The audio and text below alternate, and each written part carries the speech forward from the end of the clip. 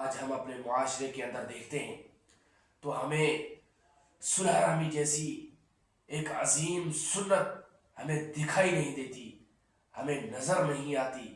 وجہ یہ ہے ہمارے دلوں کے اندر رشتہ داری کا احساس ختم ہو چکا، ایک دوسرے کے جذبات کا خیال ختم ہو چکا، ایک دوسرے کے جذبات کا احساس ختم ہو چکا کہ ہمارا رشتہ دار ہے، ہماری قریبی برادری ہے۔ یہ چیزیں ہمیں بالکل آج نظر نہیں آتی۔ ہر شخص اپنی دنیا کے اندر، اپنے خیالات کے اندر، اپنی دنیا بسانے میں، اپنی دنیا بنانے کے چکر میں مگن ہے، لیکن ہمیں رشتہ داری کا جو احساس شریعت نے بتایا وہ ختم ہو چکا۔ یہی وجہ ہے کہ آج ہم اخلاقی طور پر اتنے گر چکے کہ اگر ہم اپنے رشتہ داروں کے اندر، ایک مثال کے طور پر میں آپ کو بات سمجھانا چاہتا ہوں، ہمارے معاشرے کا یہ حال ہے، اگر ہمیں کسی اپنے ساتھی کی گھر بیٹا پیدا ہونے کی بات سنائی دیتی ہے یا کسی دوست یار کی شادی ہونے کی بات ملتی ہے تو ہمارا انداز، ہمارا کردار، ہمارا اخلاق کیا ہوتا ہے؟ سب سے پہلے اگر ہمیں وہ ملاقات کے لیے آتا ہے یا ہم اس کے پاس جاتے ہیں، ہم اس کو فوراً پہلے اس سے مٹھائی کی ڈیمانڈ کرتے ہیں۔ آپ نے منہ میٹھا نہیں کروایا، آپ نے ہمیں کوئی چیز کھلائی پلائی نہیں، آپ نے کوئی صدقہ خیرات نہیں کیا۔ میرے بھائیوں، یہ چیزیں بعد کی ہیں۔ سب سے پہلے ہمیں اس سے خیریت پوچھنی چاہیے۔ ہاں بھائی، آپ کا بیٹا ہوا، ماشاءاللہ خیریت سے ہو گیا، گھر میں ہوا، اسپتال میں ہوا۔ یہ چیزیں بڑی اہم ہوتی ہیں یہ رشتہ داری کو مضبوط کرنے کے لیے، کیونکہ رشتہ داریاں بڑی نازک چیز ہوتی ہیں۔ اگر ایک مرتبہ کٹ جائے تو انسان زندگی کے اندر ایک دوسرے کو منہ دکھانے کے قابل نہیں رہتا۔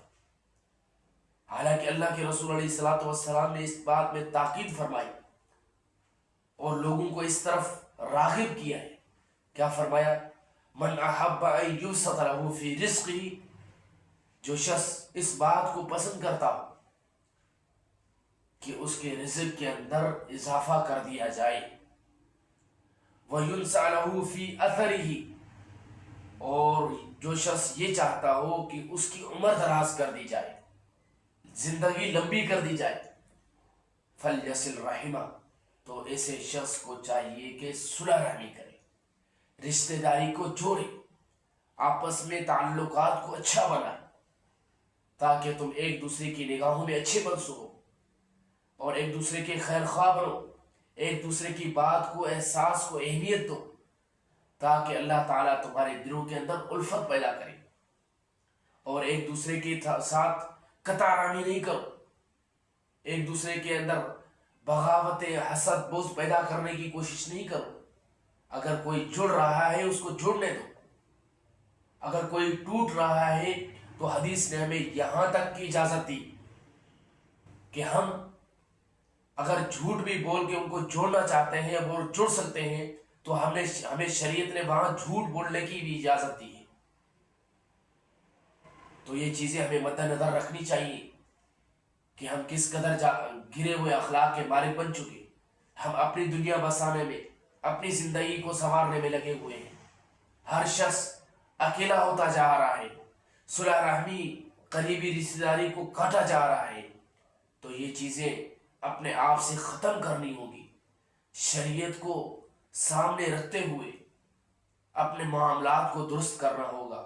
صلح رحمی ایک عظیم سنت ہے، ہر شخص یہی چاہتا ہے ہمارے مال کے اندر اضافہ ہو، روزی بڑھا دی جائے، ہمیں روزی کے دروازے ہمارے لیے کھول دیے جائے اور ہماری عمر کو دراز کر دیا جائے، ہمیں بیماریوں سے محفوظ رکھا جائے، ہمیں ہر قسم کی محتاجی سے محفوظ رکھا جائے۔ تو میرے بھائیوں، صلح رحمی کرو، رشتہ داریوں کے احساسات کو سمجھو اور آپس میں ایک دوسرے سے اچھے تعلق کو پیدا کرو، تاکہ اللہ تعالی ہمارے دلوں کے اندر ایک دوسرے کے لیے محبت پیدا کر دے۔